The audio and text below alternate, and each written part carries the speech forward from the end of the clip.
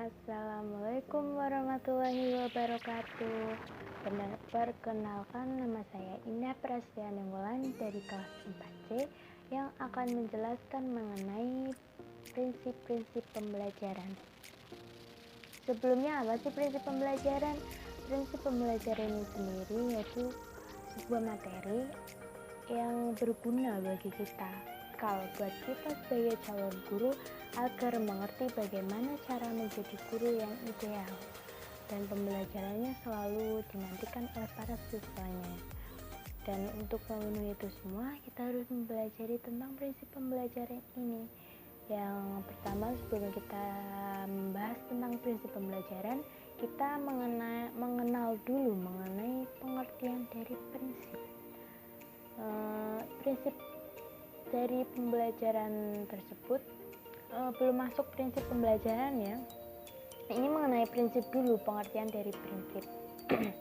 Pengertian dari prinsip yaitu suatu kepercayaan atau kebenaran yang digunakan sebagai landasan berpikir.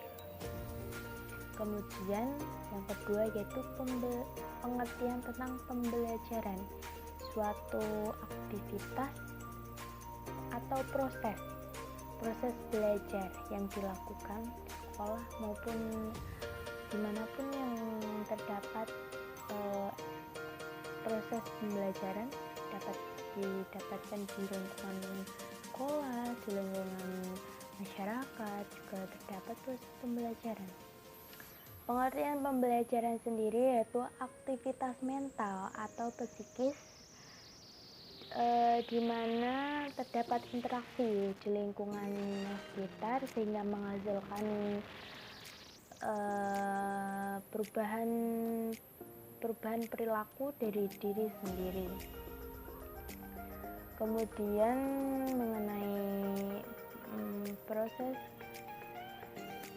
maksud saya prinsip pembelajaran, mengenai pengertian prinsip pembelajaran itu sendiri yaitu suatu landasan berpikir yang berkaitan dengan proses pembelajaran yang dimana pembelajaran itu untuk mencapai suatu tujuan agar dinamis dan terarah, gitu teman-teman. Kemudian prinsip-prinsip pembelajaran ini sendiri ada 7 yang akan saya jelaskan, yaitu yang pertama tentang pengertian, yang kedua maksud saya perhatian dan motivasi, yang kedua tentang keaktifan, yang ketiga yaitu tentang keterlibatan langsung dan pengalaman, yang keempat yaitu tentang pengulangan, yang kelima tentang balikan dan penguatan. Terus yang keenam yaitu yang keenam yaitu tantangan. Terus yang terakhir yaitu perbedaan individu dari setiap siswa yang akan kita ajar. Kemudian kita membahas tentang yang pertama dulu, yaitu tentang perhatian dan motivasi, di mana suatu proses pembelajaran tidak akan berhasil tanpa ada perhatian. Guru dan siswa harus saling memperhatikan, terutama guru. Gimana guru biar bisa mendapat perhatian dari siswa sehingga materi yang kita sampaikan dapat diterima oleh siswa, yaitu dengan cara kita sebagai calon guru yang nantinya akan mengajar memberikan materi kepada siswa sesuai dengan kebutuhan siswa itu, sehingga siswa merasa membutuhkan dan kemudian dia mencerna suatu pelajaran yang kita ajarkan, dan dia tentu saja akan memperhatikan. Demikian. Kemudian motivasi belajar. Motivasi pembelajaran ini ada dua jenis motivasi, yaitu motivasi internal dan motivasi eksternal. Yang pertama yaitu motivasi internal. Motivasi internal sendiri yaitu dorongan yang berasal dari diri sendiri, yaitu kemauan dari diri siswa itu sendiri untuk mendapatkan suatu pengetahuan dan ilmu pengetahuan dari guru. Itu merupakan suatu motivasi internal yang didapatkan oleh diri sendiri. Yang kedua yaitu motivasi eksternal yang dorongannya terdapat dari luar diri sendiri. Maksudnya dari luar diri sendiri itu dia tidak mengharapkan ilmu pengetahuan, akan tetapi dia memiliki tujuan atau sebuah keinginan dari motivasi itu, yaitu misalnya untuk mendapatkan ijazah, untuk mendapatkan nilai, maupun untuk mendapatkan suatu kenaikan kelas. Itu yaitu motivasi yang dia dapatkan dari luar diri sendiri, yaitu motivasi eksternal. Begitu teman-teman. Kemudian yang kedua kita akan membahas mengenai keaktifan. Keaktifan dari siswa yang dilakukan oleh siswa terhadap guru maupun guru terhadap siswa ini sangat penting teman-teman, karena mungkin belajar mungkin terjadi jika siswa aktif mengalaminya sendiri tanpa ada paksaan gitu. Maksud saya, belajar harus dikerjakan untuk diri sendiri, maka inisiatif harus datang dari siswa itu sendiri. Guru di sini berfungsi sebagai fasilitator atau sebagai pembimbing dan pengarah kepada siswa gitu teman-teman. Itu yang keaktifan ya. Kemudian yang ketiga yaitu tentang keterlibatan langsung dan pengalaman. Ini tuh sangat penting dalam pembelajaran sebagai aktivitas belajar dan mengajar. Guru tuh harus terlibat langsung dalam proses ini, proses tentang keterlibatan langsung. Sebenarnya gimana ya, karena pembelajaran langsung tuh sangat efektif menurut saya, karena siswa dan murid dapat saling langsung berinteraksi. Jika siswanya memiliki suatu masalah tentang kurang kejelasan tentang materi, dia bisa langsung bertanya dan guru bisa langsung menjawab gitu. Berbeda dengan ketidakterlibatan langsung guru, misalnya belajar online gitu ya. Belajar online tuh sangat kurang efektif bagi siswa karena memiliki keterbatasan dalam berinteraksi secara langsung gitu. Menurut saya kurang efektif. Jadi keterlibatan itu langsung sangat penting dan sangat efektif guna untuk mengevaluasi siswa pada akhir pembelajaran juga. Itu juga sangat penting teman-teman.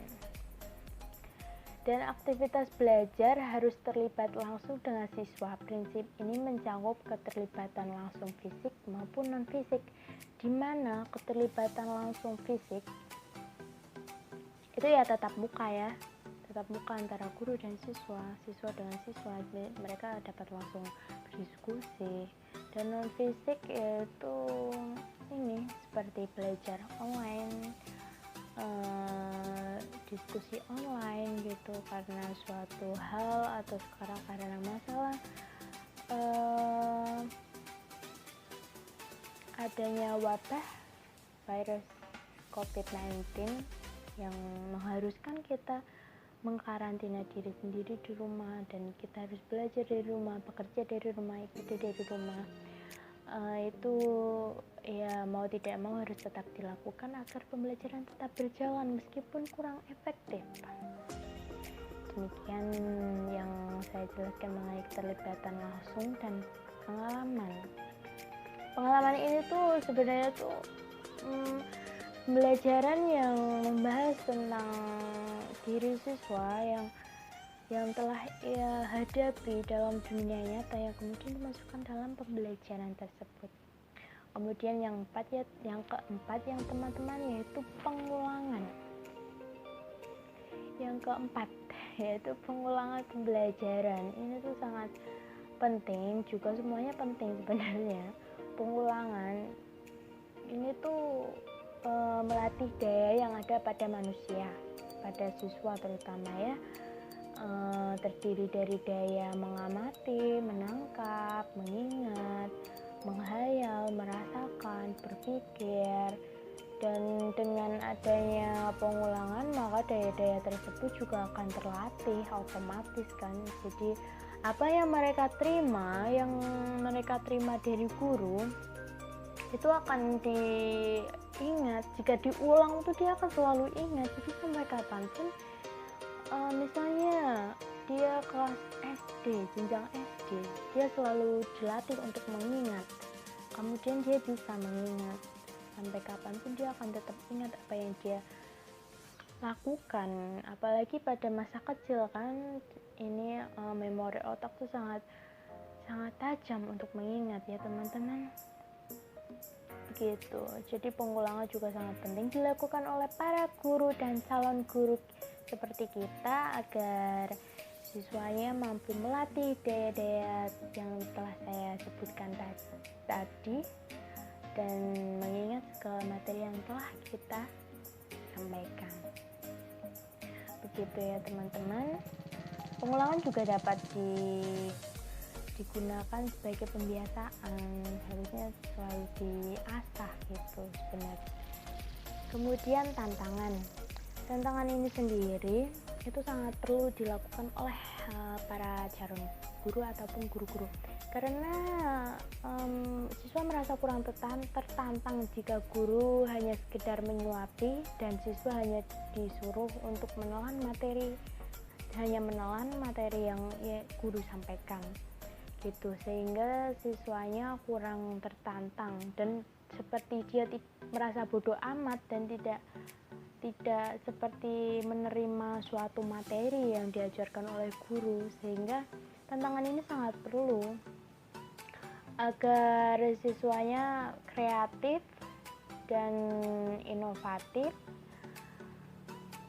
sehingga peserta didik dapat bergairah gitu saat diberikan tantangan dia untuk menyelesaikan suatu tantangan tersebut gitu.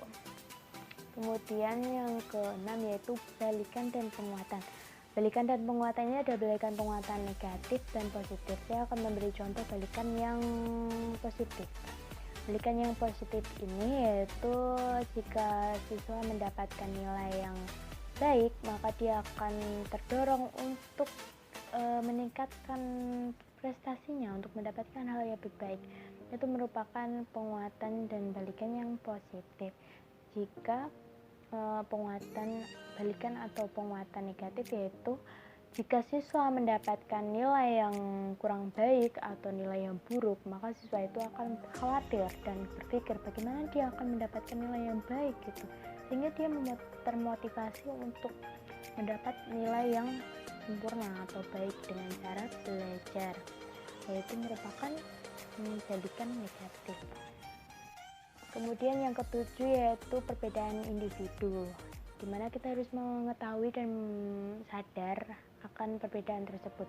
Siswa sebenarnya memiliki individu atau pemikiran, kecerdasan,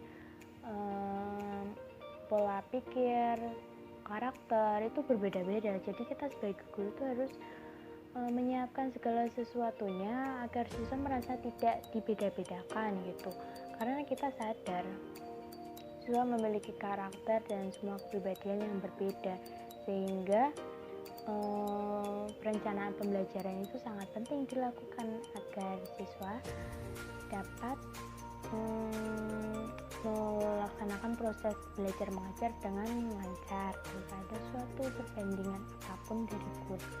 Demikianlah yang dapat saya sampaikan teman-teman. Mohon maaf jika banyak salah kata dari saya karena saya juga masih belajar di sini.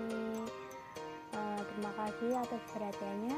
Wassalamualaikum warahmatullahi wabarakatuh.